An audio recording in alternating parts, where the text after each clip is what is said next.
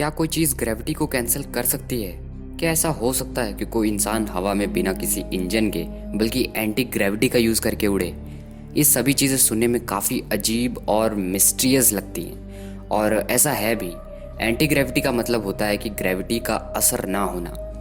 अगर अर्थ पर कोई ऑब्जेक्ट एंटी ग्रेविटी में आ जाता है तो वो हवा में उड़ने लगेगा, क्योंकि उस पर ग्रेविटी का असर हो ही नहीं रहा है। आइए और जानते हैं इस मिस्टीरियस चीज़ के बारे में, जिसका नाम है एंटी ग्रेविटी। ग्रेविटी का कॉन्सेप्ट सर आइजैक न्यूटन ने हमें दिया था, लेकिन उन्होंने हमें ये नहीं बताया कि ग्रेविटी काम कैसे करती है। उन्होंने हमें सिर्फ ग्रेविटी के बारे में बताया कि ग्रेविटी एक फोर्स है जो कि चीज़ों को अपने ऊपर अट्रैक्ट करती है।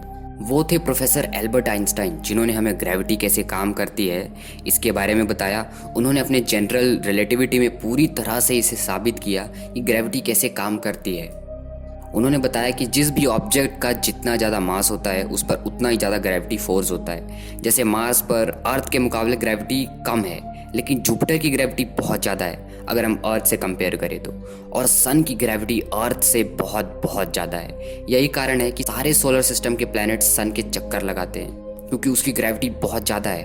तो जिसका जितना ज़्यादा मास यानी वेट, उस पर उतना ज़्यादा ग्रेविटी फोर्स। लेकिन क्या कुछ ऐसा हो सकता है कि ग्रेविटी किसी ऑब्जेक्ट पे काम ना करे? अगर ऐसा हुआ तो हम काफ़ी सारे न्यू एंड अमेजिंग इन्वेंशंस कर सकते हैं, लेकिन ऐसा इतना आसान नहीं है। लेकिन इम्पॉसिबल नहीं है, हो तो सकता है। इन 1950s कुछ ऐसे लोग थे जो कि एंटी ग्रेविटी क्राफ्ट पे काम कर रहे थे। उन्होंने बताया कि रोटेशन ही सब कुछ है। मेरे कहने का मतलब ये है कि किसी भी ऑब्जेक्ट को किसी कांस्टेंट स्पीड से रोटेट करने पर वो एंटी ग्रेविटी में कन्वर्ट हो सकता है, और वो कांस्टेंट स्पीड क्या होगी वो मुझे नहीं पता। इस दुनिया में बहुत मिस्टीरियस लोग पैदा हुए, उनमें से एक है निकोला टेस्ला। उनका मानना था कि किसी ऑब्जेक्ट को रोटेशन के साथ अगर हाई वोल्टेज इलेक्ट्रिसिटी दी जाए तो वो हवा में उड़ने लगेगा, मतलब एंटी ग्रेविटी में कन्वर्ट हो जाएगा। और इस कॉन्सेप्ट को फील्ड प्रोपल्शन के नाम से जाना जाता है। निकोला टेस्ला की ये थ्योरी भी हमें नहीं मिल पाई, क्योंकि उनके डेथ के बाद FBI उनके सारे थ्योरीज, रिसर्च पेपर्स और उनके पर्सनल चीज़ों को वहाँ से चुरा ले गई थी।